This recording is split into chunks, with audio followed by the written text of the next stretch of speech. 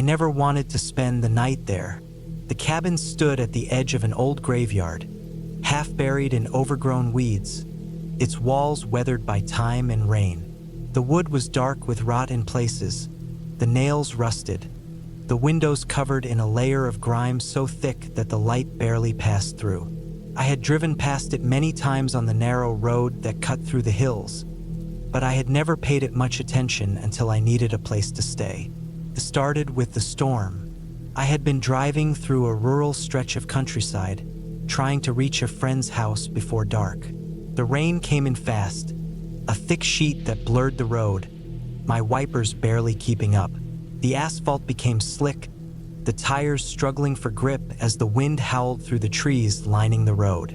Then, just as I rounded a bend, my headlights flickered, the dashboard lights dimming. The car sputtered. I barely had time to react before the engine died completely. I coasted to a stop, cursing under my breath. Outside, the storm raged. The wind rocked the car, the rain hammering against the roof. I reached for my phone, but the signal was gone. I tried restarting the engine. Nothing, just the hollow click of a dead battery. I sat there, gripping the wheel, thinking through my options. The road was empty. No houses nearby, no traffic. The last town had been miles back, and walking in this storm wasn't an option. Then, through the rain-streaked windshield, I saw it. The cabin. It stood just beyond the graveyard's rusted fence, barely visible in the darkness. The place looked abandoned, but it was shelter, at least. I could wait out the storm and figure things out in the morning. I grabbed my bag, pulled my hood up, and stepped out into the downpour. The wind cut through my jacket immediately, the cold soaking into my bones. The ground was soft and uneven, mud grabbing at my boots as I climbed over the sagging fence and into the graveyard. The headstones were old. Some leaned at awkward angles, others had crumbled completely, their names long since worn away by time and rain. The air smelled of wet earth and decay. I walked carefully, avoiding the sunken ground, the storm making every step treacherous. The cabin door was unlocked.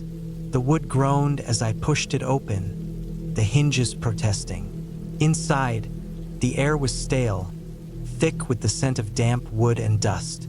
My flashlight beam cut through the darkness, revealing a single-room interior. There was a cot against the far wall, the mattress thin and sagging. A table sat beneath the only window, a wooden chair beside it. Shelves lined one side of the room, mostly empty except for a few rusted tools and a stack of yellowed papers. In the corner, an old cast-iron stove stood cold and lifeless. I shut the door behind me. The wind howled against the walls, the rain drumming on the roof. I set my bag down, brushing the wet hair from my face. The place was abandoned, that much was clear. Dust clung to every surface, and the air had the weight of a room that hadn't been lived in for years. But it was dry, and for now, that was enough. I tried my phone again, still no signal. I took a deep breath, forcing myself to relax. I'd seen worse places. At least this one had 4 walls and a roof. I sat down on the cot, feeling the old wood creak beneath me. I would wait for daylight, then walk back to the main road and flag someone down. It was just one night, but the longer I sat there, the more I noticed the sounds. The wind outside was fierce, but inside, beneath it, there was something else. A faint, almost rhythmic creaking, like footsteps on old wood. I held my breath.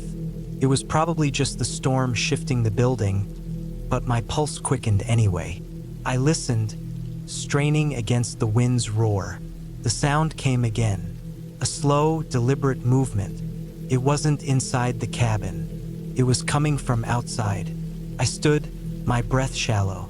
My flashlight beam swept across the walls, over the table, the shelves, the empty doorway leading to the porch. The storm had turned the window into a sheet of black glass, the rain distorting everything outside. Then the sound stopped. The wind carried on, rattling the walls, but the footsteps, if that's what they were gone. I tried to tell myself it was nothing, just my nerves playing tricks on me. I'd been in enough isolated places to know how easily the mind could twist sounds into something else. I sat back down, rubbing my hands together for warmth. Then, just as I was starting to convince myself it was nothing, there was a knock, not a loud one, just a soft, deliberate tap against the wood. I froze. My breath caught in my throat. My mind raced through possibilities. Maybe someone else had taken shelter here. Maybe they'd seen my car break down and followed me. But something was wrong. No one should have been out in this storm. No one should have known I was here. The knock came again. 3 slow taps against the door. My flashlight shook in my grip. I stood, my legs tense, every muscle in my body screaming for me to run. But where? Into the graveyard? Into the dark? Then, as suddenly as it had come, the knocking stopped. I waited. The wind howled. The rain lashed against the roof. But nothing else happened. I forced myself to take a breath, then another. Maybe it had been a tree branch. Maybe it was the wind shifting the wood. I told myself anything to keep from panicking. I sat back down. Minutes passed, then an hour. The wind died down slightly, the rain becoming a steady drizzle. My exhaustion caught up with me, the warmth of the cabin, thin as it was, making my eyelids heavy. I let my body relax, just for a moment. I don't know when I fell asleep. I woke up to silence. No wind. No rain. Just the heavy stillness of early dawn. For a moment, I didn't move. Then I remembered. The knocking. My pulse kicked up, my skin prickling. I turned my head slowly toward the door. It was open. Not wide, just an inch. But I knew, without a doubt, that I had locked it. I stood, my breath sharp in my throat. My flashlight was still in my hand, but when I flicked it on, the batteries were dead. I reached for my bag. My knife was still there. I gripped it tightly, my knuckles white. I moved toward the door. Outside, the graveyard was still. Mist clung to the ground, the headstones jutting from the earth like jagged teeth. My car was where I had left it, the road stretching empty in both directions. But in the mud just outside the door, footprints. Deep, clear prints leading to the porch. But no prints leading away. My stomach turned. I stepped back into the cabin, slamming the door shut, locking it, shoving the table against it for good measure. Then I waited. Minutes passed, then hours. When the sun finally rose, I forced myself outside. I ran to my car, my heart pounding, yanking the door open, praying for a miracle. The engine turned over. I didn't question it. I just drove. I never looked back. I never told anyone. But I never forgot. And I never drove that road again.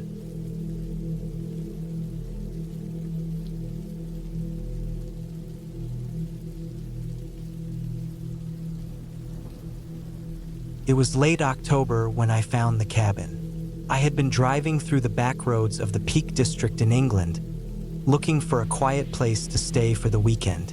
Life in Manchester had been wearing me down, the constant noise, the crowds, the stress of work. I needed a break, some silence, somewhere I could hear myself think. I hadn't booked a hotel or planned anything, just packed my bags and set off with the idea that I would find somewhere along the way. The sun had already started to dip behind the rolling hills when I spotted the cabin. It wasn't marked on my GPS, and I hadn't seen any signs for it on the main road. It sat back from the road, almost hidden by the dense woodland surrounding it. There was a small gravel path leading up to it, the kind that looked like it hadn't been used in a while. The structure itself was old, built from dark, weathered wood with a single window facing the road. I pulled over and sat in my car for a while, just looking at it. The place had an odd feeling about it. Not quite abandoned, but not exactly inviting either. There were no cars outside, no signs of life. but there was a sign nailed to the fence post near the entrance, one of those hand-painted wooden signs that looked like it had been there for years. It read, "Vacancy. Inquire within." There was no phone number, no details, just that. I should have kept driving. Any reasonable person would have. But something about the place intrigued me. Maybe it was the way it seemed untouched, like it had been forgotten by time. Or maybe it was just desperation. I was tired, and the thought of driving around in the dark looking for a hotel didn't appeal to me. I stepped out of the car, stretched my legs, and made my way up the path. The wooden steps creaked under my weight as I stepped onto the porch. There was an old brass bell hanging beside the door. I reached out and rang it. Nothing happened. I waited, listening to the wind move through the trees. It was getting colder. The sun was nearly gone now, and the sky had turned that deep shade of blue that comes just before total darkness. I was about to turn back to my car when I heard it. The sound of a door unlocking from inside.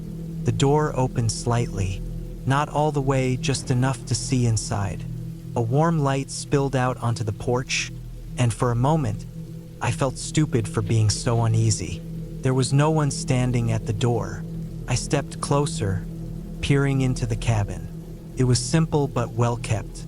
A wooden counter near the entrance, a small seating area with 2 chairs and a fireplace. There was a narrow hallway leading further back, but from where I stood, I couldn't see much else. "Hello," I called out. No answer. I stepped inside, glancing around. The air smelled like wood smoke and something else, something faintly metallic. I waited another moment, expecting someone to appear. When no one did, I took a step further in. There was a small bell on the counter, one of those old-fashioned service bells. I tapped it. Still nothing. I should have left right then, but I didn't. I walked around the room, running my fingers over the old wooden surfaces. The place was eerily silent, save for the occasional pop and crackle from the fireplace. There was no phone, no sign-in book, no indication that this was a place for visitors at all. Then I noticed something. The window, the same one I had seen from the road. From the outside, it had looked perfectly normal. But now, standing inside, I realized something was off. The glass was clouded, old, but I could still make out a faint reflection. And in that reflection, I saw her, a woman. She was standing just outside, staring in. Her face was pale, almost too pale, like she hadn't seen sunlight in years. Her dark eyes were fixed on me, unblinking. Her hair hung in damp strands around her face, and she was wearing a dress that looked old, tattered at the edges. I spun around. There was no one there. I turned back to the window, my pulse hammering in my ears. She was gone. The trees beyond the cabin swayed in the wind, their branches shifting and moving, but there was no sign of the woman. No footprints, no rustling leaves. Nothing. I stood there, breathing heavily, trying to convince myself that my mind was playing tricks on me. The long drive, the dim light, it had to be my imagination. I backed away from the window and turned toward the door. That's when I heard it. A creaking sound, slow and deliberate, coming from the hallway behind me. I didn't turn around. Couldn't. Every hair on my body stood on end. I felt that deep, primal fear that tells you when something isn't right. I forced myself to move, to step toward the door. My hand was on the knob when I heard another sound. A whisper-soft shuffle, like bare feet moving across wooden floors. I yanked the door open and stepped outside, my breath coming in short, sharp bursts. The cold night air hit me like a slap, but I barely noticed. I hurried down the steps, half expecting to feel a hand on my back at any moment.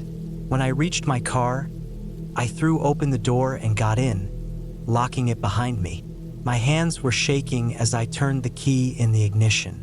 The engine roared to life, and my headlights lit up the cabin. And that's when I saw her again, standing at the window. She wasn't looking at me this time. She was looking at something inside the cabin, something behind where I had been standing just moments ago. I didn't wait to see what it was. I hit the accelerator and tore down the road, gravel flying beneath my tires. I didn't stop, didn't look back, not even when I reached the main road. I kept driving until I reached a small town about 20 miles away. I checked into the first hotel I found and locked my door behind me. That night, I barely slept. The next morning, I went to a small cafe and asked the owner about the cabin. He gave me a strange look. "There's no cabin out there," he said. "Not anymore. It burned down years ago." I didn't argue. I didn't tell him what I had seen. I just finished my coffee, got in my car, and drove home. I never went back.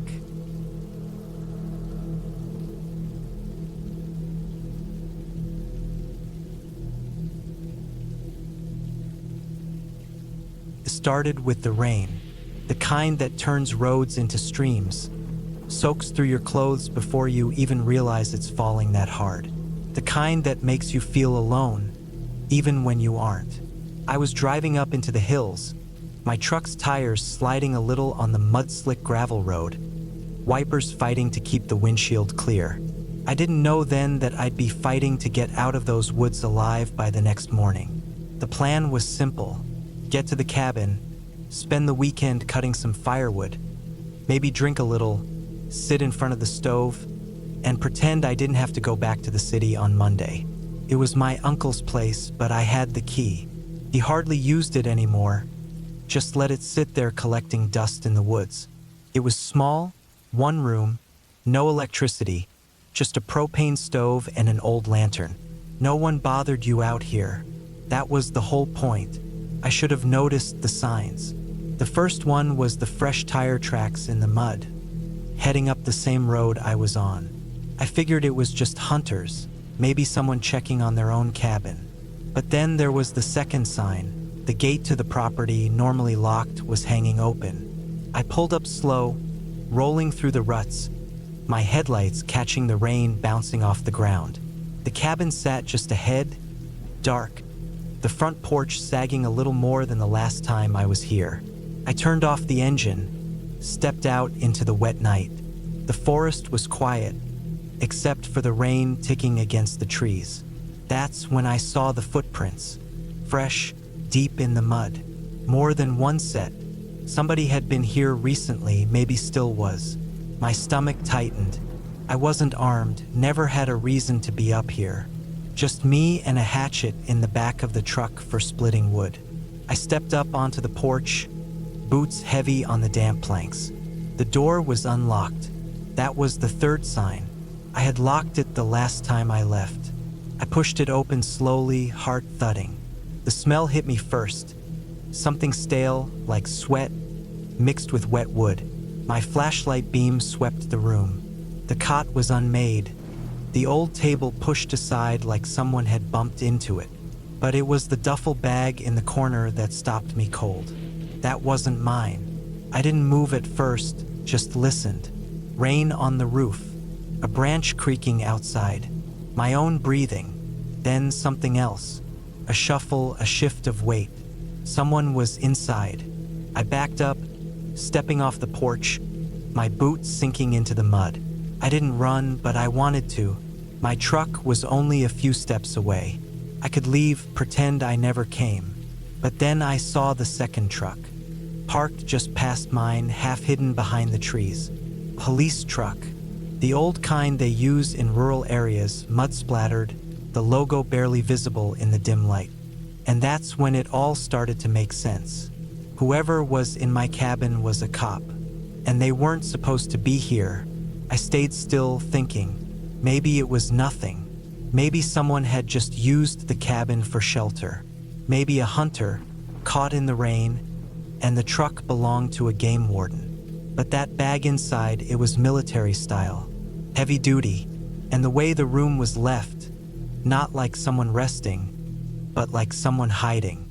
I should have left then, should have turned around, climbed back into my truck, and driven back down that washed out road. But I didn't. I took a step toward the second truck. peered through the window. Empty. The seats had a jacket thrown over them, a rifle propped against the dash. The radio was off. The keys were gone. That meant whoever drove it was still inside. I turned back just in time to see the cabin door swing open. A man stepped out, tall, broad-shouldered, wearing dark clothes soaked from the rain. Not a uniform, but there was something about him, the way he moved, the way he carried himself, that told me exactly what he was. He saw me. I didn't move. For a second, we just stood there, watching each other through the downpour. Then he stepped forward, slow, deliberate, like he was deciding something. I backed up. I didn't care who he was. I didn't want any part of it. But he spoke first. Not words, just a low sound, something almost like a sigh. Then he reached into his jacket. That's when I ran. I didn't think, I just moved.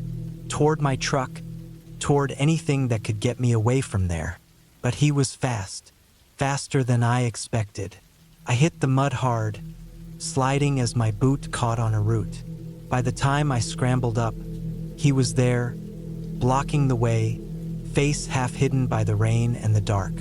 I caught the glint of metal, gun, not pointed at me, not yet, but close enough that it didn't matter. "You need to leave," he said. I shook my head. "This is my cabin." He didn't react, just wiped the rain from his face. And then, too late, I saw the other movement behind him. A second man, stepping out from the shadows near the truck. I didn't wait. I turned, bolting toward the trees, slipping, feeling the burn in my legs as I pushed forward. A shot cracked through the night, splintering wood near my shoulder. I kept going. Branches tore at my arms, mud sucked at my boots, but I didn't stop. I didn't look back. I just ran. I don't know how long I kept moving. The rain blurred everything, turned the world into shapes and shadows. But I knew these woods better than they did. Eventually, the gunshots stopped. The voices faded. They weren't chasing anymore. They didn't need to. They had my truck, my keys. My phone was inside. I was stranded. By the time I made it to the old fire road, my legs were shaking, lungs burning. I kept moving, just one foot in front of the other. Dawn was breaking when I heard the engine. A different truck. A real police truck this time. They found me half dead from exhaustion. Asked me what happened. I told them the truth. About the men, the gun, the shots. They exchanged a look. No sign of them. No truck. No bag. Only my own footprints, leading away from my own empty cabin. They told me I must have been mistaken, that there was no record of any officers in the area. But they were wrong. Someone had been there, someone who wasn't supposed to be, and they had left no trace, except the bullet hole in the tree behind my cabin. I never went back.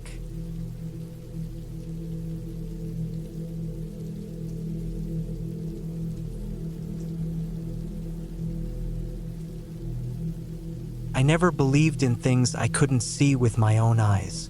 My whole life, I relied on facts, evidence, and logic. But nothing in my life prepared me for what happened that winter in the mountains. I had taken a job watching over an old hunting cabin deep in the woods of Montana. The owner, a man I barely knew, paid me well to keep an eye on the place while he spent the winter in Arizona. It was a simple job: keep the firewood stocked, check for storm damage, make sure no squatters tried to move in. Seemed easy. I had spent plenty of time alone before, and I wasn't afraid of the wilderness. The first few weeks were peaceful. The cabin sat at the end of a long, unmarked road, tucked away from the rest of the world. A thick pine forest surrounded it, stretching for miles in every direction. At night, the only sound was the wind through the trees and the occasional howl of a distant coyote. I kept myself busy, chopping wood, reading old books the owner had left behind, hiking in the afternoons. Every few days, I drove into town for supplies, then returned to my solitude. But after a while, I started feeling off. It wasn't fear, at least not at first, just an unease I couldn't shake. At night, I would wake up and feel like someone or something was watching me. The trees outside seemed darker than usual. The wind sounded different, carried something in it, something I couldn't explain. Then I started hearing noises. At first, they were small things, twigs snapping in the woods, rustling leaves. Normal sounds, I told myself, probably just animals. But the noises got stranger. I would hear footsteps circling the cabin late at night, slow and deliberate. Sometimes they stopped right outside the door, pausing for minutes at a time before moving again.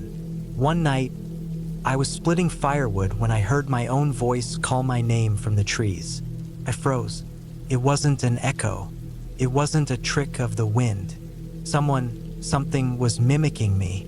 The voice was flat, empty, wrong. It didn't carry the weight of a real person speaking. It sounded hollow, like a recording played on a loop. I turned back toward the cabin, trying to ignore it, trying to convince myself I had imagined it. But as I reached the door, I heard it again. The exact same voice, the exact same way I had spoken earlier that day. I locked the door and sat by the fireplace for hours, gripping my rifle. The flames crackled, casting long shadows on the walls. I told myself I was overreacting. Maybe I was just tired. Maybe the isolation was getting to me. But then the smell came. It was foul, like rotting meat left in the sun for days. It seeped in through the cracks in the walls, filling the cabin. It covered my nose, gagging. The stench was thick, heavy, unnatural. I heard the footsteps again, slow and deliberate, moving just outside. Then I heard the knock. It was soft at first, just a tap against the wooden door. Then another. Then another. I didn't move. The knock came again, harder this time. I reached for my rifle, my hands slick with sweat.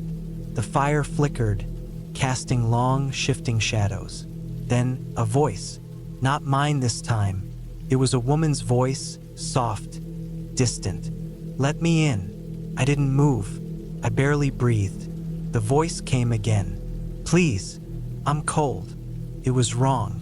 The way she spoke, flat, lifeless. The words didn't carry the weight of real desperation. They sounded forced, practiced. I stayed silent. The knocking stopped. Then, slow, heavy footsteps moved away from the door. I sat there listening for what felt like hours. The fire burned low. The stink lingered in the air. I stayed awake until the first light of dawn bled through the trees. When I finally stepped outside, the snow around the cabin was disturbed. Deep, heavy footprints circling the structure over and over. But they weren't human footprints. They were long, thin, with clawed toes. That was the night I decided I had to leave. I packed my things, loaded my truck, and started down the long, winding road back to town. The forest was silent. The sky was overcast, gray and heavy.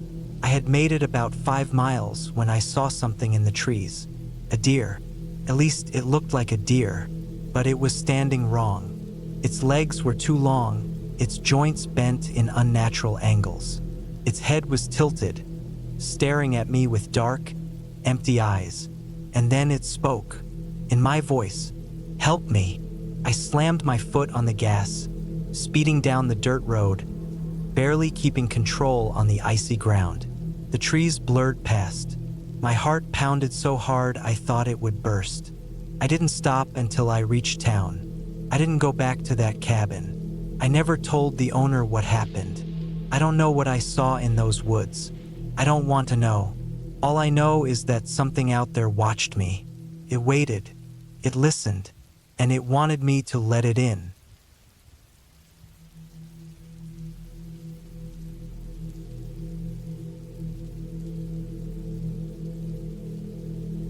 I had spent most of my life in the city, where the nights were never truly dark and silence was rare. When my uncle passed away, leaving me his old farm in Nebraska. I didn't know what to do with it. I had visited only a handful of times as a kid, and my memories were vague. Just open fields, a long gravel road, and an old wooden cabin where he had lived alone for as long as I could remember. I had no intention of moving there permanently, but I also didn't want to sell it without seeing it first. So, I took a week off work, packed my truck with supplies, and drove 12 hours straight to the property. It was late September when I arrived. The sky was overcast, and the wind carried a chill. The farm had been abandoned for months, and it showed. The gravel road leading to the house was overgrown, and the surrounding fields were tangled with weeds. The barn's roof sagged, and the cabin itself looked worse than I remembered. Weathered wood, peeling paint, and a front porch that creaked under my weight. I unlocked the door with an old key my uncle had left behind. The air inside was stale, carrying a mix of dust and something else, something faintly rotten. The cabin had only one main room with a kitchen area in the corner, a wood stove for heat, and a narrow hallway leading to a single bedroom and bathroom. The furniture was old but intact, a layer of dust covering everything. I left my bags by the door and opened a few windows to let in fresh air. The fields stretched for miles in every direction, bordered by a thin line of trees in the distance. There were no other houses nearby. The closest neighbor was nearly 5 miles away. As I explored the property, I noticed a few things that made me uneasy. The barn doors were slightly open, despite the heavy chain my uncle used to keep them shut. Inside, the ground was covered in hay and dirt, and I found an old workbench with tools still scattered across it.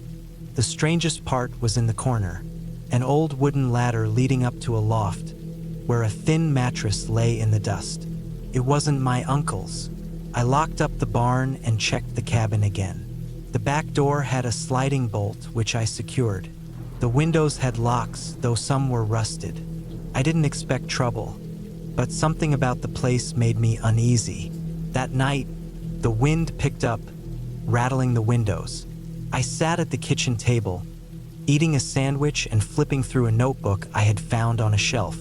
It was my uncle's handwriting, mostly notes about farm maintenance, weather patterns, and supply lists. But towards the end, his notes became stranger. Saw something near the tree line again. Thought it was a coyote, but it was standing still, watching.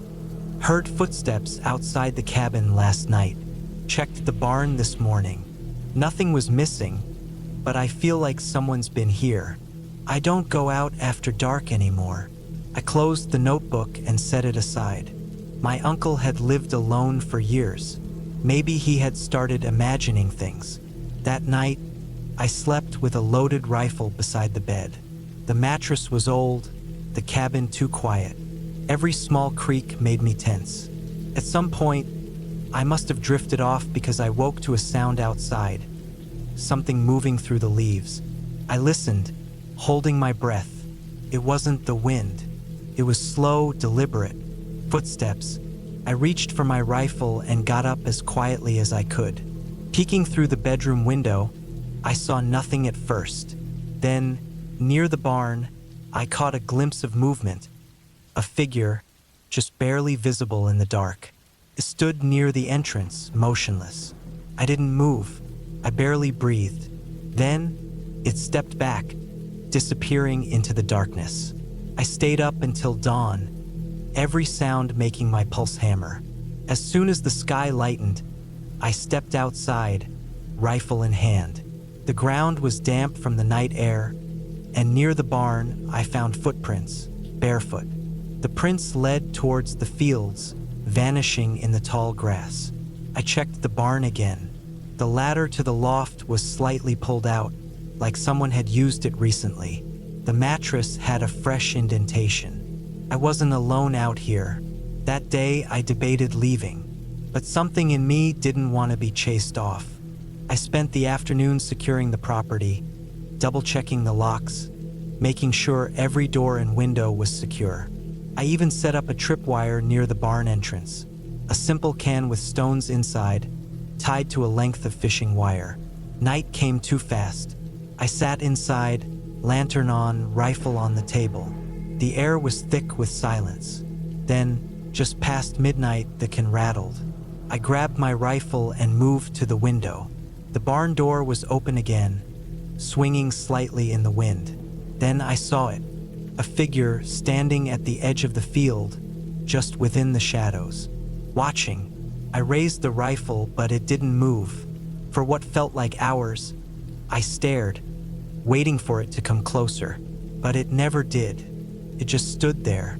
Eventually, exhaustion won. I backed away, locked the door, and waited out the night. By morning, the figure was gone. The barn door was closed again. The footprints remained. I packed my bags. I left that afternoon, locking the cabin behind me. As I drove away, I glanced in the rearview mirror. Near the barn, in the tall grass, something moved. I never went back.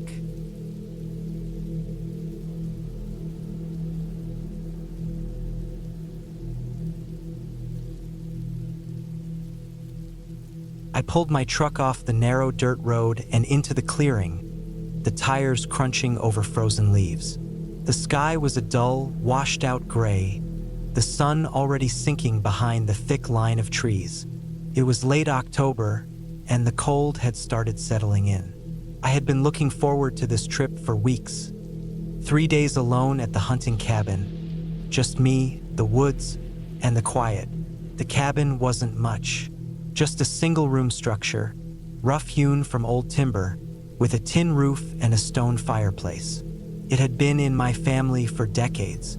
My grandfather built it when he was young, and my father spent years maintaining it. Now it was mine, or at least I was the only one who still used it. It sat deep in the woods, a good 20 miles from the nearest town. No power, no running water. Just a pump outside for drinking and a wood stove to keep the cold away. I stepped out of the truck, stretching my legs after the long drive. The air was crisp, carrying the scent of damp earth and pine. I took a deep breath and grabbed my gear from the bed of the truck. My rifle, a backpack full of food, and my sleeping bag. I walked up to the cabin, pushing open the heavy wooden door. The hinges groaned from the cold. Inside, the air was stale, but everything was just as I left it. A thick layer of dust covered the small table by the window. The cot in the corner was still there, the wool blanket folded neatly on top. I set my things down and checked the fireplace. Still some old ashes from the last time I was here. I went back outside to gather firewood before it got too dark. The forest was silent, except for the occasional rustle of leaves in the wind. I moved quickly, grabbing as many dry logs as I could carry and hauling them inside. It didn't take long to get a fire going, the flames crackling and throwing long shadows across the wooden walls.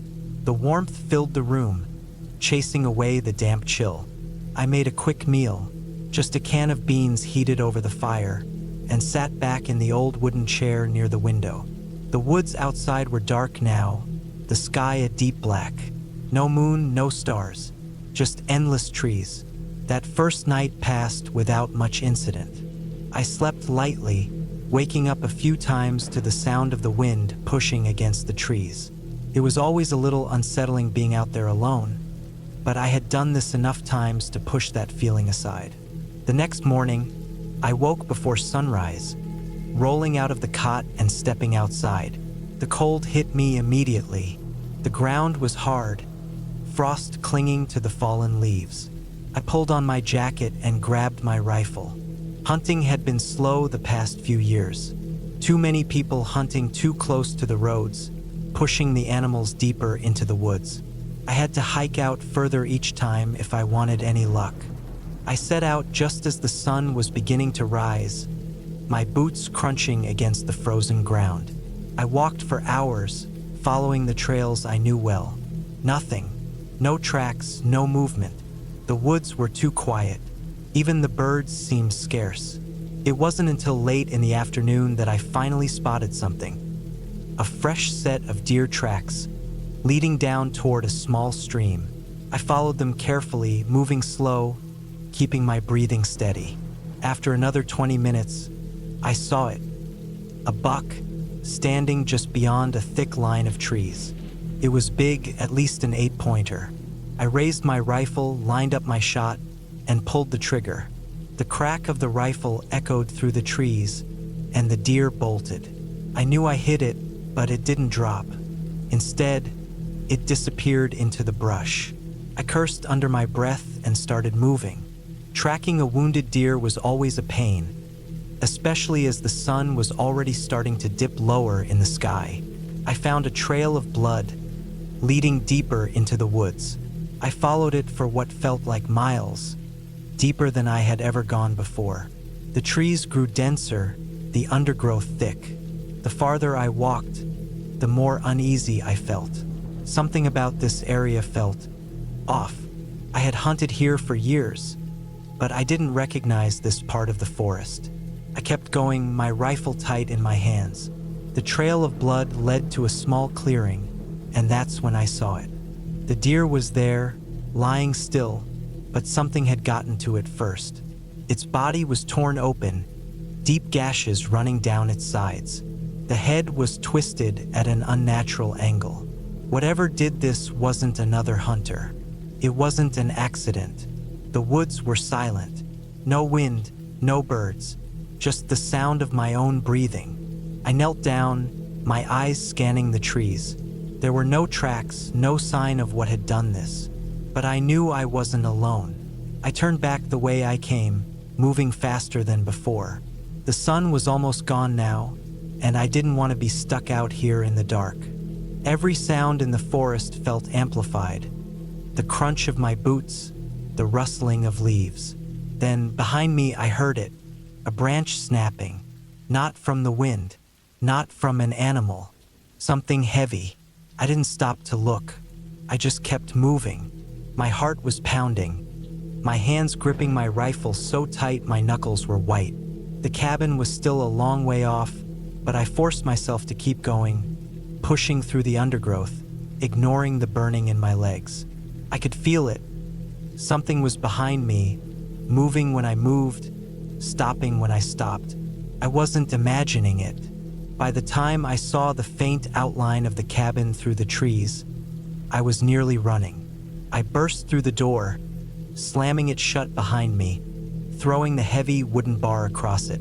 My chest was heaving, my breath coming in ragged gasps. I stood there for a long time, listening. Nothing. I moved to the window, my hands shaking as I pushed the curtain aside just enough to see outside.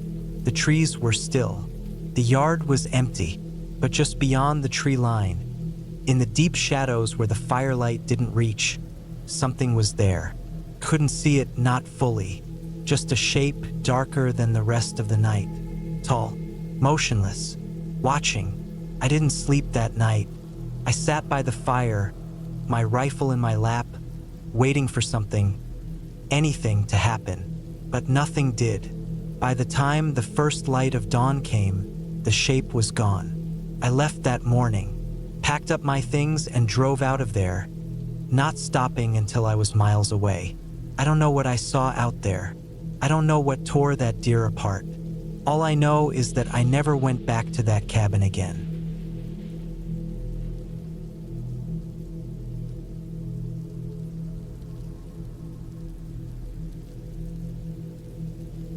I was 36 when I decided to take a break from everything. My job, my city life, my routines. I wanted a change, even if it was just for a few weeks. So, I rented a small cabin deep in the forests of Montana. It wasn't a vacation rental or some fancy lodge. It was an old, abandoned hunting cabin that I got for cheap through a guy I knew. He said it hadn't been used in years, but it was still sturdy.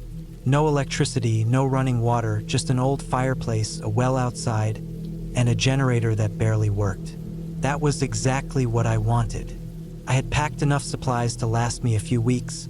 Canned food, dried meat, bottles of water, a hunting rifle, a sleeping bag. My plan was to disconnect, spend time alone, maybe do some hunting and just exist in the quiet. I had grown tired of the constant noise of the city, the traffic, the deadlines, the people. I wanted to be alone. The drive took nearly 6 hours from the nearest town. The last stretch was a rough, unpaved road that barely seemed drivable. The further I went, the more I realized how deep into the woods I really was. By the time I arrived, the sun was setting, and the air had turned crisp. The cabin was exactly as described: small, weathered, surrounded by tall pines. It was built from thick logs, with a slanted tin roof that looked rusted but sturdy. The door was stiff and the windows had thick shutters. It was cold inside, but I started a fire in the old stone fireplace and quickly got settled. I wasn't scared. I had camped alone before. I had hiked deep into forests without seeing another soul for days. Being isolated didn't bother me. That first night, I fell asleep to the sound of the wind moving through the trees. The next morning, I stepped outside with my coffee and took in my surroundings. The forest stretched in every direction. Tall pines, thick undergrowth, the faint sound of birds. The air was fresh, clean. There were no trails, no roads, no signs of human life. I spent the day getting things in order. I checked the well outside, it was still good. I made sure my rifle was loaded and spent some time cleaning the cabin, clearing out old leaves and dust. Felt good, peaceful. That afternoon, I went hunting. I wasn't looking for anything big, just small game. I moved deeper into the woods, rifle slung over my shoulder, following old animal trails. An hour in, I came across tracks, large, deep, human. I stopped. They weren't mine. I had my own boot prints to compare them to, and these were bigger, wider, and they were fresh. I stood there for a moment, listening. The forest was quiet, not completely silent, but off. The usual rustling of squirrels, the distant calls of birds. It was all faint, far away, like the forest itself had moved back. I kept walking, telling myself it was nothing. Hunters came through these woods, trappers, maybe even hikers. It wasn't strange to find footprints, but I couldn't shake the feeling that someone else was out there. I headed back before dark. That night, as I lay in my sleeping bag by the fire, I thought I heard something outside. Not the wind, not an animal. Something moving, slow, deliberate. I sat up, heart pounding. The sound stopped. I listened for a long time. Nothing. The next few days, I tried to ignore it. I told myself I was just being paranoid. But every time I went outside, I had the feeling I was being watched. It wasn't just in my head. I found more tracks closer to the cabin. Then I started noticing small things. My axe, which I always left by the chopping block, had been moved. My canteen, which I kept on the porch, was suddenly on the ground. And then there were the nights, each one worse than the last. The noises got closer.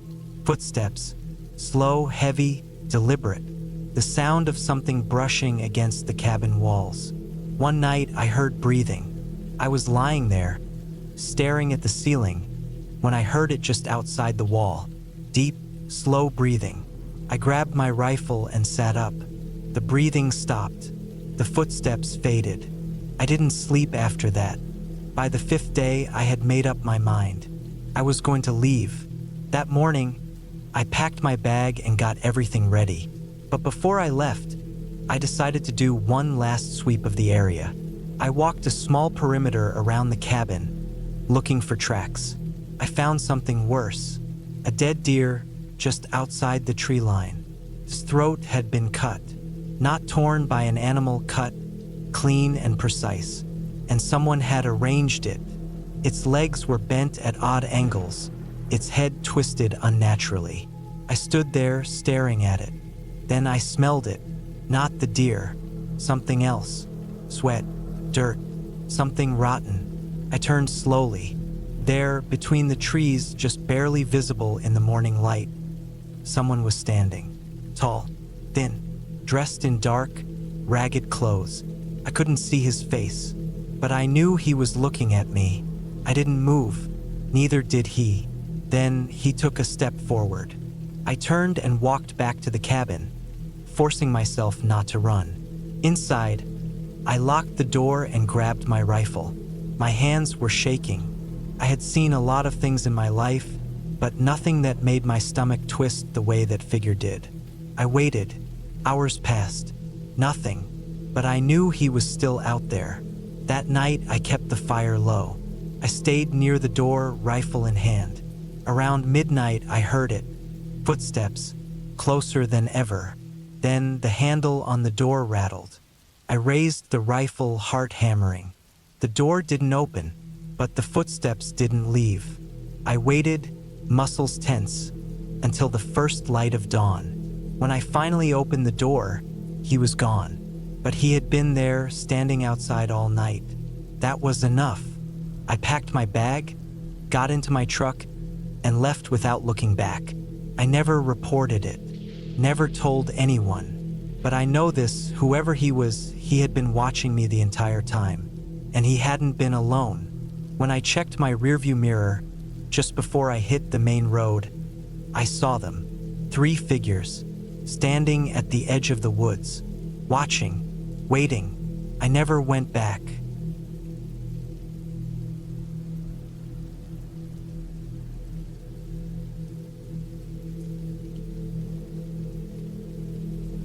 The road leading to the cabin was worse than I remembered. Gravel shifted beneath my tires, making every turn feel unsteady. The rain had softened the dirt, turning patches of the path into thick, sucking mud. The trees on either side of me were dark and wet, their twisted branches reaching over the road like skeletal hands. I hadn't been here in years, not since my husband passed. But now I had no choice. I had avoided his cabin for as long as I could. It was his place, not mine. He had spent years using it as a retreat, somewhere to clear his head after long weeks working as a crime officer. He had always kept things from me, things about his job that he thought would be too much for me to handle. But I knew it wasn't just about protecting me. He didn't want me involved. He didn't want me knowing what went on in his world. After he died, I had tried to keep moving forward. I avoided anything that reminded me of him too much. But now I was here. I had been sent a letter, an official-looking envelope with no return address. Inside was a single sentence, typed neatly on a piece of white paper. Go to the cabin. I hadn't told anyone I was going. It was easier that way. If nothing came of it, I could leave and pretend this never happened. The sky darkened as I drove further into the forest. The rain came down harder, pounding against the windshield, making it difficult to see. My headlights reflected off the mist rising from the ground. The road narrowed, trees pressing closer on both sides. Then finally I saw it. The cabin sat at the end of the road, hidden behind the thick tree line. It was exactly the same as I remembered, small, sturdy, built from dark wood. The windows were shut, the porch sagging slightly from years of neglect. I pulled up and killed the engine. For a moment, I just sat there, listening to the rain hammering against the roof of the car. I stepped out. The air was damp, thick with the smell of wet earth and rotting leaves. My boots sank slightly in the mud as I walked up the steps. The key still worked. It turned in the lock with a soft click, and the door creaked open. Inside, everything was untouched. Dust covered the wooden floorboards, the furniture, the small kitchen counter. His things were still here, his jacket hanging on the back of a chair, his boots resting by the door. It felt like stepping into a time capsule, like he had just been here and would be back any minute. I moved carefully through the space, taking it all in. Then I saw the desk. It sat in the far corner of the room, covered in old files, stacks of paper yellowing at the edges. I walked over, brushing dust off the surface. Most of it looked like routine reports, case notes, printouts, handwritten memos. But then, at the bottom of a pile, I found something different. A leather-bound notebook. I opened it, flipping through the pages. His handwriting filled every line, neat and precise. The first few entries seemed normal: dates, locations, observations. But then the notes changed. The handwriting became rushed, uneven. Words were underlined, some circled aggressively. He had started writing about a case, something he had been investigating off the books. I kept reading. The details were vague, but I could tell he had been tracking someone. He described late-night visits to this very cabin, meetings with unknown individuals. He wrote about feeling watched, about finding things moved when he was sure he had left them in place. Then the final entry: "If anything happens to me, they'll come here. They know I know. I can't let them find it." My stomach twisted. Find what? I looked around, suddenly hyper-aware of my surroundings. The cabin felt different now, heavier. I walked to the kitchen, checking the cabinets. Nothing. I searched under the bed, behind the bookshelf. Still nothing. Then, I noticed the floorboards near the desk. One of them looked loose. I knelt down and pried it open. Inside was a small metal box, rusted and old. My hands trembled as I lifted it out and set it on the desk. The latch was stiff but gave way under pressure. Inside were photos, black and white, grainy, taken at night. They showed a man, tall, thin, always half hidden in the shadows. In some, he was standing by a car. In others, he was near a house. The last photo made my blood run cold. It was the cabin. The man stood just outside, near the trees, staring directly at the camera. My breath caught in my throat. I flipped through more.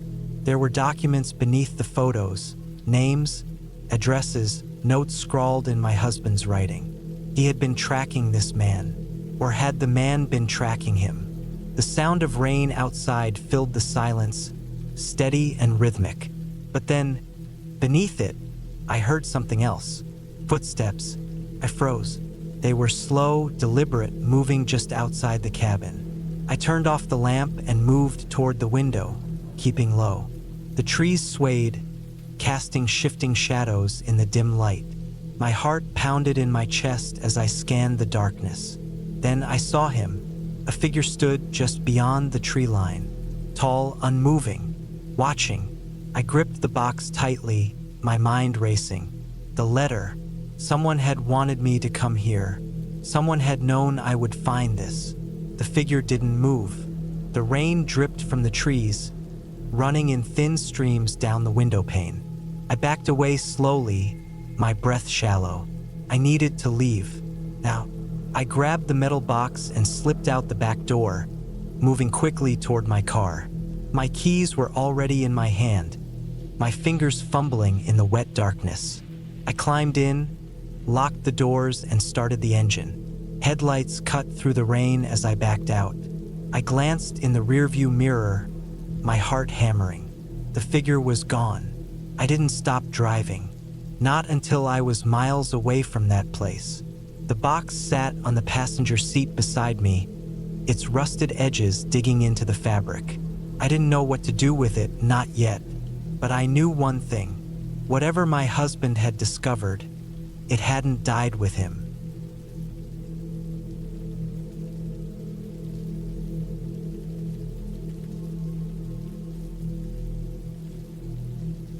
It was late October when I finally arrived at the cabin. A long, slow drive through the winding roads of the Vosges Mountains had left me exhausted, but there was still work to do before I could rest. The rental was a small, old wooden place deep in the forest, far from the nearest town. The last time someone had stayed there was months ago, according to the owner. It had been a cheap find, and I needed the break. A week in isolation, away from the noise of the city, sounded like exactly what I needed. The air was damp, thick with the scent of wet leaves and pine. The sky was dark by the time I parked my car, the last light of day fading behind the trees. The cabin itself looked old but sturdy, its walls weathered from years of harsh winters. A single bulb above the door flickered weakly, barely illuminating the porch. There was no signal on my phone, something I had expected but still found unsettling. I carried my bags inside, the wooden floor creaking under my weight. The interior was simple. A small kitchen, a worn-out couch, a fireplace that hadn't been used in a long time. The bedroom was small, just a bed and a nightstand. I locked the door behind me and checked the windows. The place was silent except for the occasional rustle of the wind against the trees. After unpacking, I stepped outside to grab more firewood from the shed behind the cabin. The night was eerily quiet. No birds, no insects, just the faint rustling of the trees. It felt like the forest was holding its breath. The shed was a few meters from the back door. I reached it quickly, feeling the cold seeping through my jacket. The inside smelled of damp wood and earth. I grabbed a few logs, but as I turned to leave, I noticed something odd. The door had been slightly ajar when I arrived. Now it was fully open. I stared at it for a moment, my mind trying to rationalize it. The wind, maybe, but the air was still, and the door had been heavy when I pushed it open. I stepped out, glancing around the darkened trees. Nothing. Just shadows stretching between the trunks. Back inside, I locked the door again.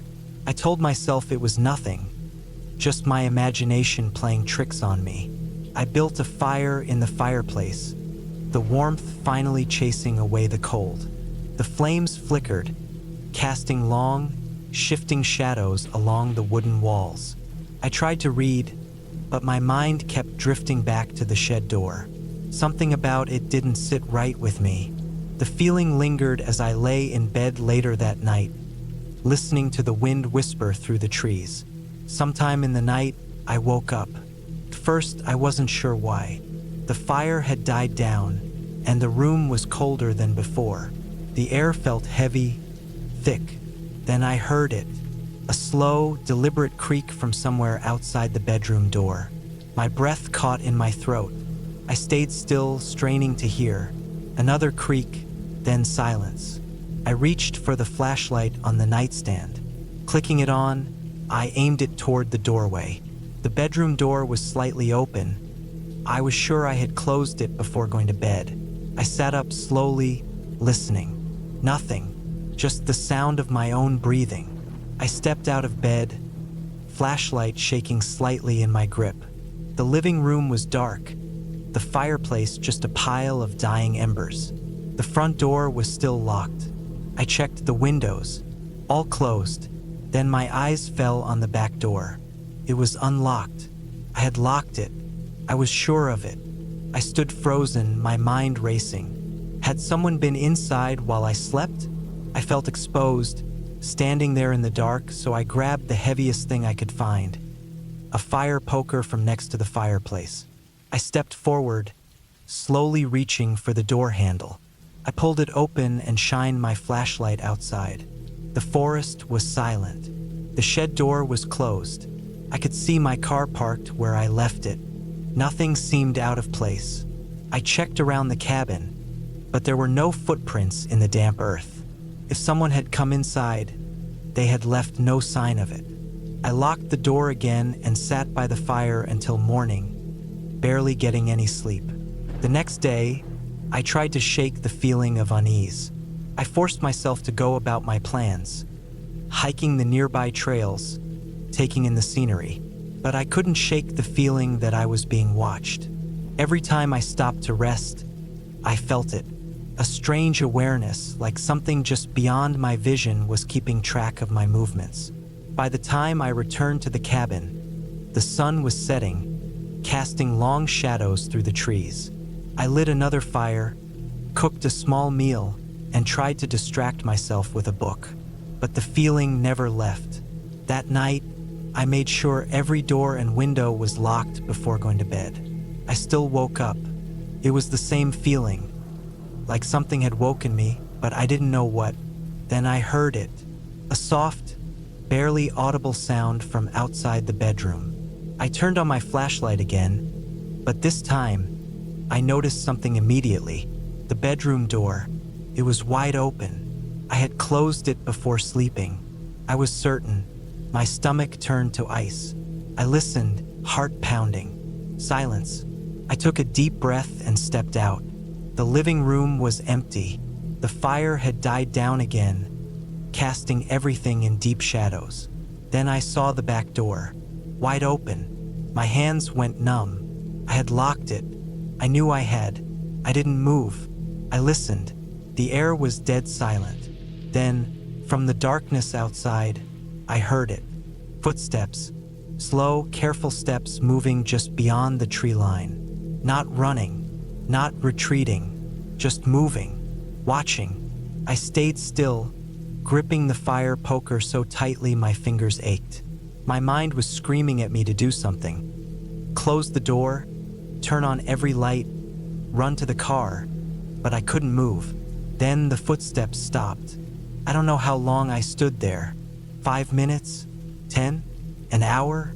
I didn't know. Then I heard something worse. The sound of slow, deliberate breathing. Not mine. Something else. Just outside. I don't remember making the decision to move. I slammed the door shut, locked it, and backed away. The fire poker was useless. I needed something else. A knife, anything. I grabbed my keys, not even bothering to pack. I ran to the car, jumping in and locking the doors. My hands shook as I turned the key in the ignition. As my headlights flickered on, they caught something standing at the edge of the trees. A figure, motionless, too far to make out details, but close enough that I knew it had been watching me. I didn't stay to see what it would do. I threw the car into gear and sped off down the dirt road, my tires kicking up mud and leaves. I didn't stop until I reached the nearest town. I never went back to that cabin. I didn't tell the owner what had happened. I didn't want to think about it.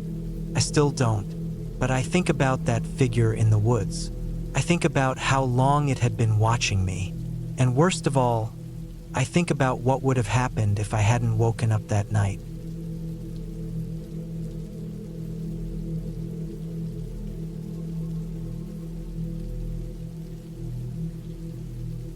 The rain had started in the afternoon, and by evening it was coming down hard. Thick drops pelted the tin roof of my truck, a steady, drumming sound that seemed to get louder with every passing hour. The air smelled of damp earth and pine, the kind of deep, woody scent that only comes when the ground has been soaked through. My boots were already covered in mud, my jeans damp from kneeling in the wet soil, but I had work to do, and I wasn't about to stop just because of the weather. I had been hired to put up a small hunting cabin out in the woods, a good 10 miles from the nearest paved road. The land belonged to a guy named Tom, a friend of a friend who had money to burn and wanted a secluded getaway deep in the forest. He had cleared a rough path leading in, but other than that, the land was untouched. Thick trees surrounded the site on all sides, their dark trunks forming a wall against the outside world. I liked that about the place. There was something peaceful about working alone out here. Just me, the trees, and the sound of rain. By the time the sun had set, I had most of the frame up. The skeletal outline of the cabin stood against the darkening sky. Beams of wet would slick with rain. I had planned to work into the night, get as much done as possible before heading back to town for the night, but the storm was getting worse. The wind was picking up, rattling the trees and making the rain come down sideways. My fingers were numb from the cold, my tools slick and hard to grip. I figured I had maybe another hour of work in me before I had to call it quits. The problem was, I wasn't looking forward to the drive back. The dirt road leading in was already turning to mush, deep tire tracks filling with water. If I waited too long, I'd end up stuck, and there wasn't a soul for miles who could pull me out. I figured I had two choices: either leave now while I still could, or stay the night in my truck and wait for the road to dry out in the morning. I decided to stay. I wasn't in the mood to fight the mud, and besides, I had everything I needed to make it through the night. The truck had a full tank of gas, I had a cooler full of food, and I was used to roughing it. I had slept in worse places than the cab of my truck. The rain kept falling, hammering against the windshield as I leaned back in the seat, trying to get comfortable. My coat was damp, my clothes sticking to my skin, but eventually, the warmth of the truck helped shake off the chill. I pulled a blanket over me, listening to the sound of the storm. It must have been around midnight when I woke up. At first, I wasn't sure what had pulled me out of sleep.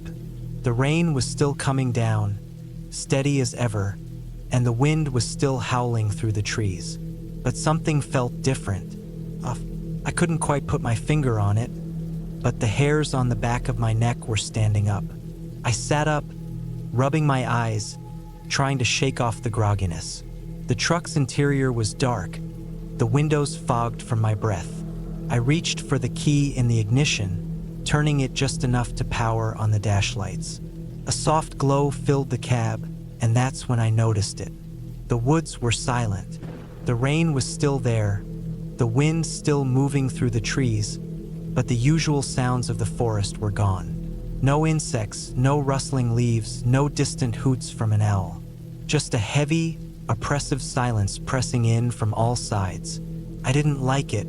I cracked the window just a bit, letting in the cool night air. The rain pattered against the side of the truck, but beneath that, I thought I heard something else. Something faint. A sound that didn't belong. A branch snapping. I turned off the ignition, plunging the truck back into darkness. My heartbeat was suddenly louder than the rain, a steady thudding in my ears. I reached for the flashlight I kept in the glove compartment, but I didn't turn it on just yet. Instead, I waited, listening.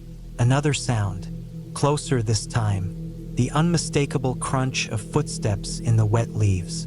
I wasn't alone. I cursed under my breath, slowly shifting to get a better view through the windshield. The rain had made the glass slick and blurry, but through the distortion, I saw movement. A shape, someone, something, standing at the edge of the trees. I froze. It wasn't an animal. It was too tall, too still. Person, just standing there, barely visible in the dim light.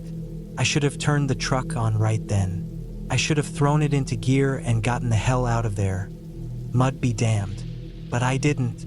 I don't know why. Maybe it was curiosity. Maybe it was fear. Either way, I just sat there watching. Then the figure moved. Slowly, it stepped forward, out of the trees and into the clearing where the half-built cabin stood. The rain made it hard to see details, but I could tell it was a man. Tall, broad-shouldered, wearing dark, soaked clothing that clung to his frame. He walked with a deliberate, steady pace, his movements slow and unhurried. I reached down, gripping the handle of the knife I kept in the door pocket. My fingers were stiff with cold, but I forced myself to hold on tight. I wasn't the kind of guy who scared easy, but something about this wasn't right. He wasn't calling out. He wasn't waving for help. He was just walking, straight toward me. I couldn't take it anymore. I turned the key in the ignition, the engine roaring to life. The headlights flicked on, cutting through the rain, and for the first time, I saw his face. I wish I hadn't. His skin was pale, almost gray, his features weathered and drawn. His eyes were dark, sunken, staring straight at me without blinking. His clothes were old, tattered, covered in mud and grime. But it wasn't his appearance that made my stomach drop. It was the look in his eyes. I had seen a lot of things in my life. I had met good people and bad people, but I had never seen eyes like that. Empty, like he wasn't even human. I slammed the truck into reverse, tires spinning in the mud as I backed away from the half-built cabin. The man didn't move. He just stood there, watching. As I turned the wheel and gunned it down the dirt road, mud spraying up in thick clumps as the truck struggled for traction. I didn't stop driving until I hit pavement. I never went back to finish the cabin. The guy who hired me sent another crew a week later. They said the place was fine, nothing out of the ordinary. Just an empty construction site. But I know what I saw, and I know deep down that if I had stayed that night, if I had hesitated just a little longer, I wouldn't be here to tell the story. Some places you just aren't meant to be, and some people you just aren't meant to meet.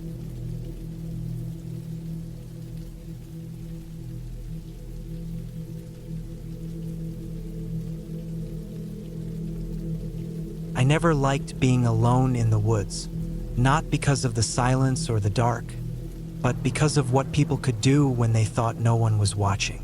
It was late October 2017 when I took the job watching over a remote hunting cabin deep in the Appalachian Mountains. The owner, a man I barely knew, was paying me to stay there for a few weeks, check the place for damage, and make sure no squatters moved in before hunting season started. It seemed like easy money. I had just gotten out of a bad relationship, lost my apartment, and needed something to keep my mind occupied. Living off-grid in a quiet cabin sounded like a good way to reset. The place itself wasn't much.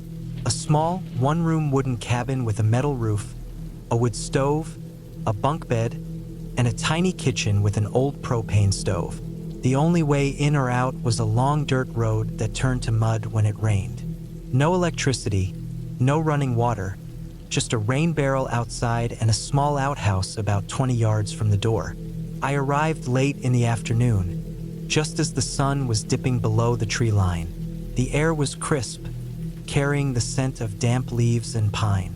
I parked my old truck beside the cabin, grabbed my duffel bag, and unlocked the heavy wooden door. The inside smelled like dust, aged wood, and old smoke from the last fire in the stove. I checked every corner, every shadow, making sure no animals or people had taken shelter inside. Everything was where it should be. The first couple of nights were uneventful. I spent my days chopping firewood, hiking the nearby trails, and reading by lantern light. At night, I listened to the sounds of the forest, owls, rustling leaves, the occasional crack of a branch. Nothing unusual, nothing that made me feel uneasy. Then, on the third night, something changed. I was lying in bed, staring at the dark ceiling, when I heard a noise outside. It wasn't an animal. It wasn't the wind. It was footsteps, slow, deliberate, moving through the damp leaves just beyond the cabin walls. I held my breath, my pulse hammering in my ears. I told myself it was just a deer, maybe a bear. But then the footsteps stopped, right outside the cabin door. I sat up, gripping the hunting knife I kept beside my bed. My truck was parked outside. If someone had made their way all the way up here, they knew someone was inside. For a long minute, there was nothing, just the sound of my own breathing. Then the slow creak of the wooden porch steps. I stayed completely still. The only weapon I had was the knife, and that wasn't much against a gun. If they were just checking to see if the cabin was occupied, maybe they'd leave. Maybe they'd think I was asleep. Then the doorknob turned. It wasn't a test. It wasn't someone accidentally wandering up here. Whoever was outside was trying to come in. I moved quietly, stepping off the bunk and onto the wooden floor without making a sound. My heart was hammering against my ribs. The doorknob stopped moving. Then silence. Whoever it was, they were still out there, listening, waiting. I didn't move, didn't breathe. The only sound was the distant hoot of an owl somewhere deep in the trees. Then soft footsteps on the porch, moving away. I didn't sleep that night. I sat on the lower bunk, knife in hand, staring at the door until the first light of dawn crept through the cabin windows. When I finally stepped outside, the damp earth was covered in footprints. Large, booted footprints, too big to be mine. Whoever had been outside wasn't some lost hiker. They had been watching. I should have left, packed my things, got in my truck, and driven back to town. But I didn't. The man who hired me was paying good money to stay until the first week of November, and I needed that cash. Instead, I walked around the cabin, checking the perimeter. The footprints led from the tree line to the porch, then back into the woods. No sign of a vehicle. Whoever it was had come on foot. That day, I chopped more firewood, kept my mind busy, but as soon as the sun set, I felt it again, that sense of being watched. The fifth night, it happened again. This time, I was ready. I kept my lantern on low, sitting in the chair by the wood stove, watching the door. Just past midnight, I heard the footsteps. Slow, careful. They stopped just outside the door. Then silence. A long pause. A minute, maybe two. Then the slow creak of the porch steps as they moved away. This time, I didn't wait for morning. I grabbed my flashlight, my rifle, and stepped onto the porch. The air was cold. The woods were silent. I aimed my flashlight toward the trees, following the tracks in the dirt. My breath came out in white puffs. Then I saw it, a figure, standing just beyond the trees, not moving, not trying to hide, just standing there, watching. I couldn't see the face. The beam of my flashlight barely reached them, but I saw the shape of a man, tall, wearing a hooded jacket. I gripped my rifle tighter. For a long moment, neither of us moved. Then the figure turned. Without a word, without a sound, they disappeared into the trees. I didn't sleep that night. The next morning, I made my decision. I packed my bag, loaded my truck, and started the engine. I didn't care about the money. Whatever was going on out here, it wasn't worth it. As I pulled onto the dirt road, I glanced in my rearview mirror. The cabin stood silent, smoke curling from the chimney, and just beyond the tree line, half hidden in the shadows, was the figure, watching. I never went back.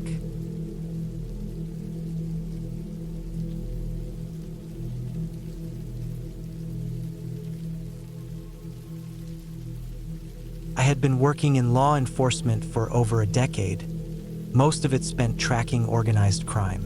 My job had taken me into dark places, drug dens, human trafficking rings, illegal arms deals, but none of those prepared me for what happened that last time. It was 2017, late October, and the days were getting shorter. The kind of cold that seeps into your bones had already started setting in. The case had been going on for nearly a year. A deep investigation into a smuggling ring that operated out of a remote cabin. At first, we weren't sure what they were running. Guns, drugs, stolen goods. Maybe all of it. Whatever it was, people went in and not all of them came out. The cabin sat deep in the woods, far from the main road. It was one of those places no one paid attention to. No close neighbors, no security cameras from nearby houses. Just trees, mud, and a structure that had been standing for who knows how long.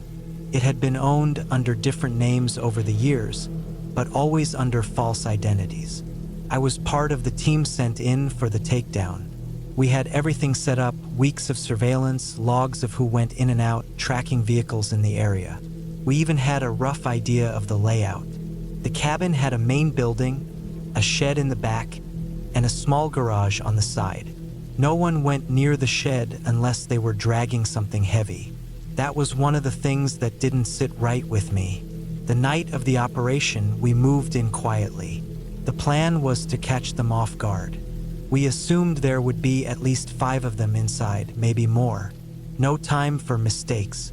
Moving through the woods at night wasn't easy. The damp ground made every step sink into the earth, and the cold air was thick with the smell of wet leaves and pine. We had to be careful. If we stepped on the wrong branch, the snap would carry through the trees. As we got closer, I could see a faint light coming from the cabin's windows. A few voices inside, low and muffled. One of them laughed. It didn't sound forced or nervous. These people weren't expecting trouble. The plan was to breach the front and back at the same time. No warning, no time for them to react. We stacked up against the walls. My breathing was steady, but I could feel my pulse in my throat. We moved. The front door blew open with a heavy kick, and the back door was forced just as hard. We rushed inside. The first thing that hit me was the smell. Something metallic, like rust, mixed with cigarette smoke and stale beer. 3 men were at the table.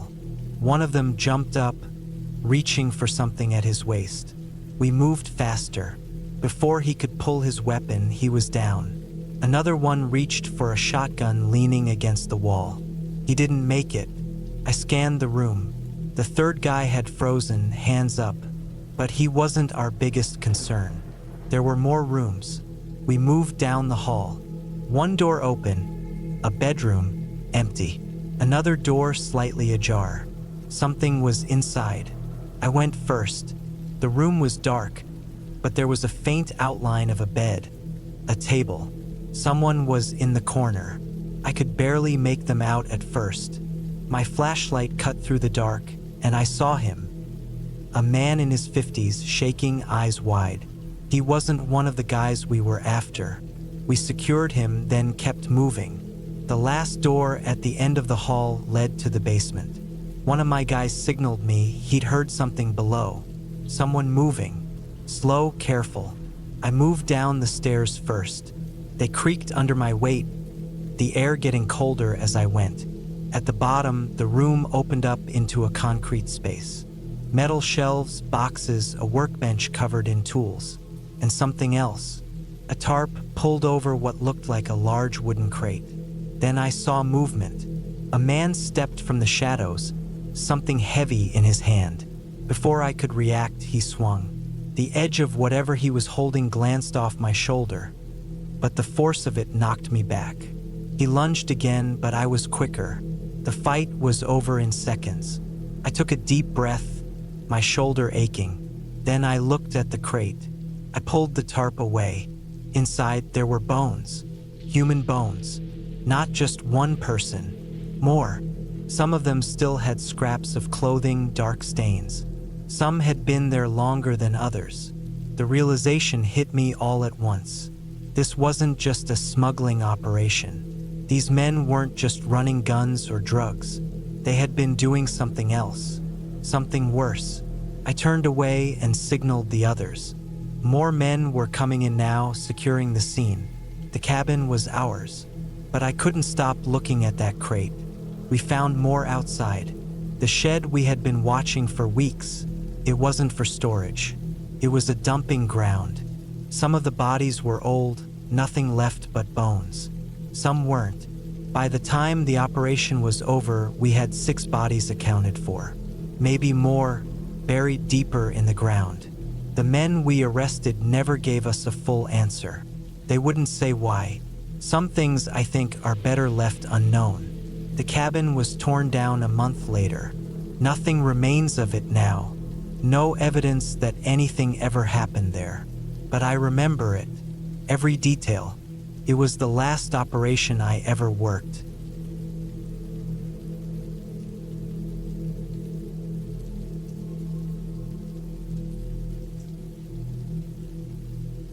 It was early November, and the rain had been coming down for days.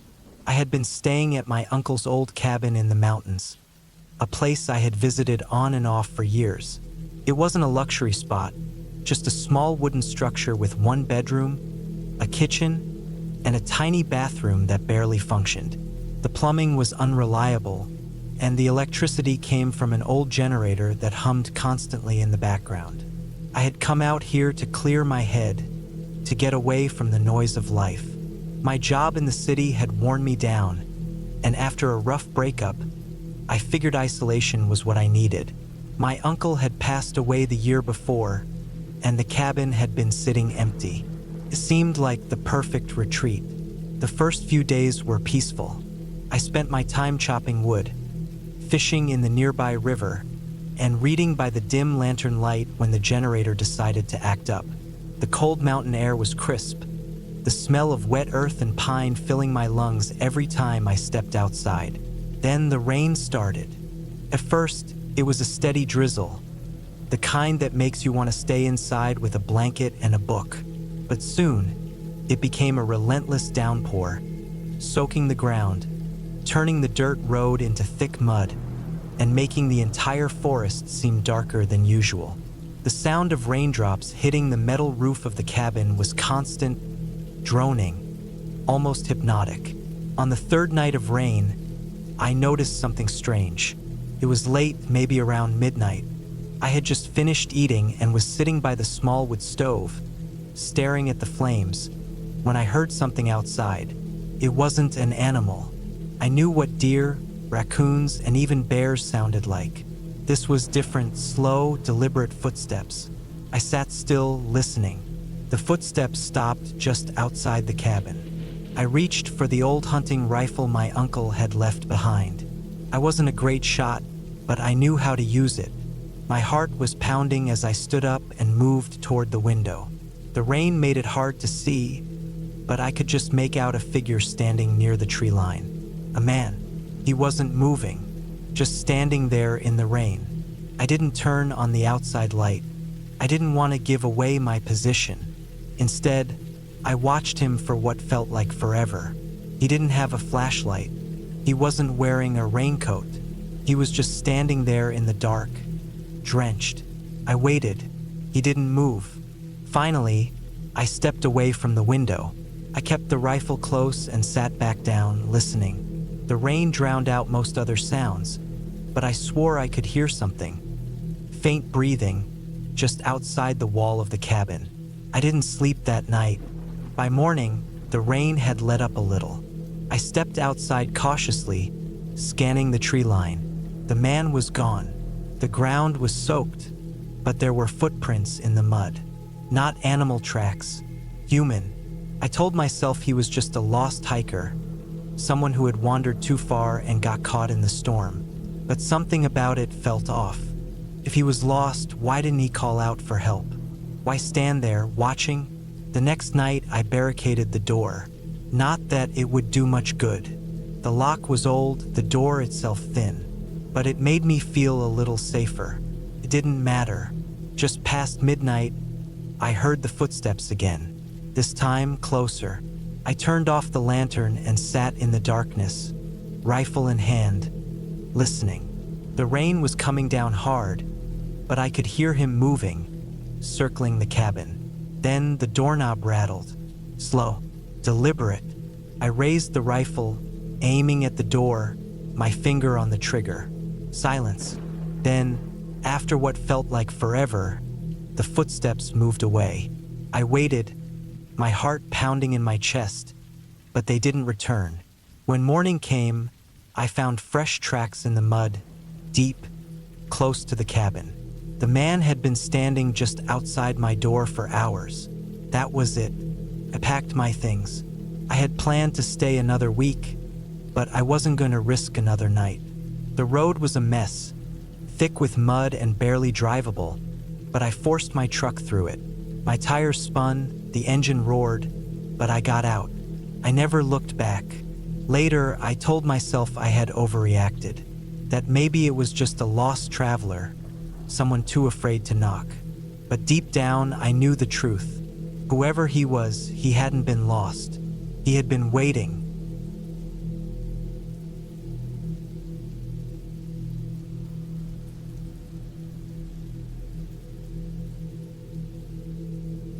It started as a simple weekend getaway. My gym partner, Darren, had invited me up to his family's old hunting cabin for a few days of hiking, lifting, and just getting out of the city. We'd been training together for years, spotting each other on heavy squats, pushing through plateaus, and sharing post-workout meals. When he mentioned he had a place up in the woods, I didn't think much of it. Just sounded like a good chance to break from routine, get some fresh air, and put ourselves through some old-school, Rocky-style training in the wilderness. The cabin was about a 4-hour drive from the city, tucked away in the middle of nowhere. No cell reception, no neighbors, just trees and hills stretching for miles. The last hour of the drive was all dirt roads, the kind that made you second-guess whether you were still on the right path. When we finally pulled up, the cabin looked like it hadn't been used in years. Wood-paneled walls, a slanted tin roof, and a porch that creaked under our weight as we stepped onto it. Inside, it was simple. A couple of cots, a wood stove, an old fridge that didn't work anymore, and a heavy wooden table that looked like it had been around since Darren's grandfather built the place. There was a dusty barbell set pushed into the corner, which made me laugh. Of course, even out here, Darren had to have weights. We unpacked, set up our sleeping bags, and spent the first few hours doing what we always did, training. It felt good, sweating under the open sky, the weight of a loaded barbell pressing into our backs as we squatted in the dirt. Afterward, we ate, cooled off in a nearby stream, and sat on the porch as the sun started setting. It was peaceful, the kind of quiet you don't get in the city. Just the sounds of crickets, the rustling of trees, the occasional snap of a branch somewhere in the distance. By nightfall, the air had cooled, and we moved inside, lighting an old oil lamp. Darren had brought some jerky, protein bars, and a few cans of food, but we weren't planning on a feast. Just enough to get by for the weekend. The plan was simple. Wake up early, train, hike, maybe try hunting even though neither of us were good at it. But things didn't go as planned. That first night, I woke up to the sound of something moving outside. At first, I thought it was Darren, but when I turned my head, I could see him still lying in his cot, his deep breathing steady. I listened. The sound wasn't close, but it was out there, footsteps. Slow, deliberate, something heavier than an animal but lighter than a person. Circled, moving through the brush, stopping, then continuing again. I sat up, rubbing the sleep from my eyes, my heart pounding a little harder now. I didn't like that I couldn't see it. Whatever was out there, it was keeping just far enough away that it stayed hidden in the dark. I reached over and nudged Darren. He grumbled, shifting, but didn't wake up. I debated waking him, but the noise had stopped. I sat there, listening, staring at the blackness outside the window, waiting for it to start again. But it didn't. Eventually, I lay back down. It took me a long time to fall asleep. The next morning, I mentioned it to Darren over breakfast. He shrugged it off, saying it was probably a deer. I wasn't so sure. I'd heard deer before. They were quick, jittery. This was different, slower, intentional. We pushed it aside, spent the morning training again, and decided to hike deeper into the woods. There was an old trail behind the cabin, overgrown but still walkable. Darren led the way, and we pushed through thick branches and uneven ground, climbing steadily higher. About an hour in, we came across something strange. In a small clearing, there was a pile of bones, not scattered like an animal had been eating them, but stacked, carefully arranged. Some were small, maybe rabbit or squirrel, but others were larger, possibly deer. They were stripped clean, bleached white by the sun. Neither of us said anything at first, just stood there staring. "That's weird," Darren muttered, kicking at the dirt. I nodded. Weird was an understatement. We kept moving. It was probably some hunter, we told ourselves. Some guy who had a weird habit of stacking bones instead of just leaving them. We didn't talk much for the rest of the hike. That night, the sound came back. This time, it was closer. I woke up again, that same slow movement outside. But now I could hear breathing. Not mine, not Darren's. Something else. Deep, heavy breaths. I tensed, gripping the knife I'd brought just in case. The air inside the cabin was thick, stifling. My skin felt clammy. I barely breathed as I listened. The breathing was just outside the window. I turned my head slowly, my pulse hammering in my ears. I couldn't see anything in the darkness, but I could feel it. Someone or something was right there, just beyond the thin wooden wall. Then a light tap, fingernails against the glass. Not knocking, just testing. I swallowed hard, every muscle in my body locked up. Then silence. I stayed awake until dawn. Darren didn't believe me when I told him. He laughed, said I was psyching myself out. I didn't push it, but I wasn't going to stay another night. We packed up, but before we left, I checked around the cabin, and that's when I saw them. Footprints, not boots, not shoes, bare feet, dozens of them. They circled the cabin, overlapping, pressing deep into the dirt. Some were small, like a child's. Others were much bigger, and they led off into the woods, disappearing into the thick trees. I didn't say anything, just got in the car and waited for Darren. We never went back. A few weeks later, I looked up the area. It had a history, missing people, hikers who had vanished without a trace, rumors of some kind of cult living deep in the forest, away from civilization. I don't know who or what was out there that night. I don't want to know.